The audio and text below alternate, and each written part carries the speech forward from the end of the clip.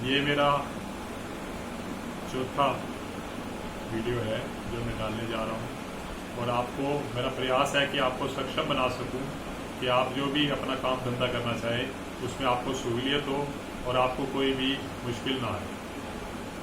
अब हम व्यापार कैसे करें, आज मैं आपको यही बताना जा रहा हूँ। व्यापार कोई भी आर्थिक गतिविधि को हम व्यापार कहते हैं।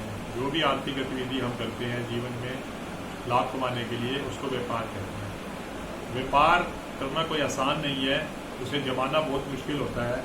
इसलिए हमें क्या क्या चीज़ों का ध्यान रखना है, ये मेरा प्रयास होगा आपको बताने का, जिससे कि आपको कोई भी मुश्किल ना आए। और व्यापार करने के तरीके, सबसे पहले हमें ये देखना है कि हमें कौन सा तरीका अपनाना है। सोल प्रोप्राइटरशिप यानी कि हम अकेले व्यापार करें। पार्टनरशिप यानी कि हम कुछ लोगों के साथ मिलके या दो लोग मिलके व्यापार करें। प्राइवेट लिमिटेड कंपनी यानी कि हम बहुत सारे लोग मिलें और आपस में व्यापार के लिए कंपनी का संगठन करें। और लिमिटेड कंपनी जिसमें कि हम पब्लिक को भी इन्वॉल्व करें और पैसा जो है हम पब्लिक से इकट्ठा करें। और चौथा तरीका है, पांचवा तरीका जो है एलएलपी। एलएलपी क्या है? Limited liability partnership. तो इन सब का जो है मैं विस्तार से वर्णन अपने अगले वीडियोस में करूंगा। अब है कि जब हमने जान लिया कि हमने कैसे व्यापार करना है, तो हमने चुनना है कि कौन सा व्यापार करना है। सबसे पहले यही चॉइस सबसे डिफिकल्ट होती है, क्योंकि जो चीज़ हमारे प्रोफाइल को सूट करती है हमें ऐसे ही व्यापार में जाना चाहिए। जैसे कि अगर हमारे को आम अच्छे लगते हैं तो हमें आम में जाना है, अगर हमारे को सेब अच्छा लगता है तो हमें सेब खाना है। इस तरीके से जो मन को भाए वही व्यापार करना चाहिए, जिससे कि जीवन में, क्योंकि एक बार जब हम एंटर हो जाते हैं किसी व्यापार में तो उससे बाहर निकला बहुत मुश्किल है। इसलिए जब हमारी चॉइस करनी है तो हमें ये देखना होता है, अगर हमारा कोई एंसेस्ट्रल बिजनेस है तो हम उसमें एंटर करें, क्योंकि वो बहुत आसान होता है, क्योंकि वो ऑलमोस्ट इंफ्रास्ट्रक्चर हमारा रेडी होता है, हमें सिर्फ एंट्री करनी होती है। लेकिन जिस चीज़ में हम एक्सेल कर सकते हैं या हमें नया शुरू करना है, तो ऐसी चीज़ देखनी है कि जो हमने अपने जीवन में आज तक किया है उसमें हम किस चीज़ में ज़्यादा एक्सेल किए हैं। तो ऐसी चीज़ में जाना है जिसमें हमारा विकास संभव हो सके। एक बारी जब हमने चॉइस कर ली कि हमने कौन सा व्यापार करना है, तो हमने उस व्यापार के लिए जो जो उसकी रिक्वायरमेंट है उनको देखना है। हमें उन रिक्वायरमेंट को, जैसे कैपिटल, लेबर और कुछ अन्य रिसोर्सेज, अब इन रिसोर्सेज को हम कैसे अरेंज करें ये देखना होगा। Arrangement of financial resources.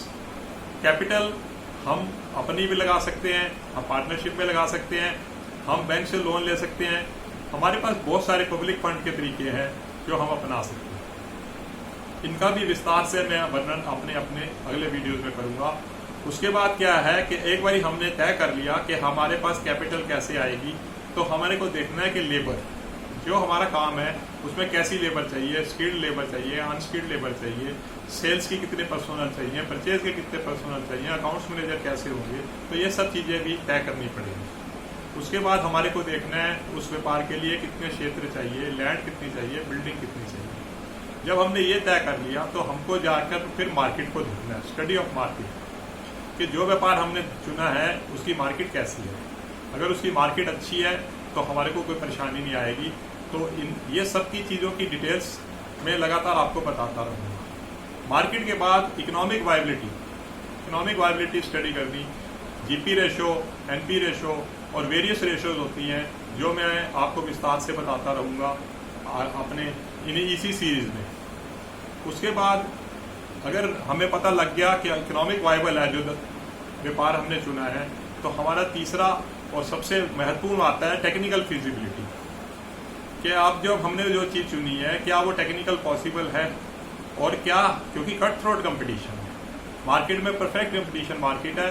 हमें ये देखना है कि हम अपना स्थान कैसे बनाएंगे, अपनी प्रोडक्ट की विशेषता बनाना, उसको टेक्निकल स्पेसिफिकेशन देना, ये चीज़ें सब हमारे को इस टेक्निकल फिजिबिलिटी में ही स्टडी करनी पड़ेगी। एक बार टेक्निकल फिजिबिलिटी हमने स्टडी कर ली तो फिर आता है कि हम कहाँ से परचेज करें, क्योंकि परचेज में जिसने नहीं कमाया तो समझ लीजिए कि वो नहीं कमा सकता। परचेज ही एक ऐसी चीज है जहां पर हमें सबसे अच्छी परचेज होगी तो हम कमा सकते हैं। उसके बाद आती है सेल्स। हमारी सेल्स जो है वो एमआरपी बेस्ड होगी।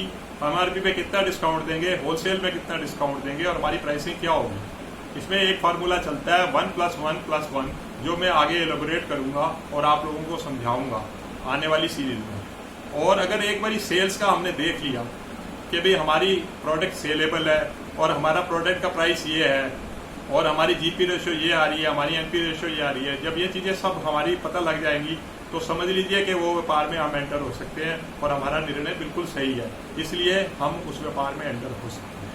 अगर दोस्तों मेरा ये एपिसोड आपको पसंद आता है, ये वीडियो पसंद आता है तो प्लीज़ लाइक और कमेंट जरूर कीजिए और बेल आइकन दबाइए जिससे आपको नोटिफिकेशन मिल सके, और मेरे चैनल को लगातार सब्सक्राइब कीजिए क्योंकि मेरे को सब्सक्राइबर की ज़रूरत है।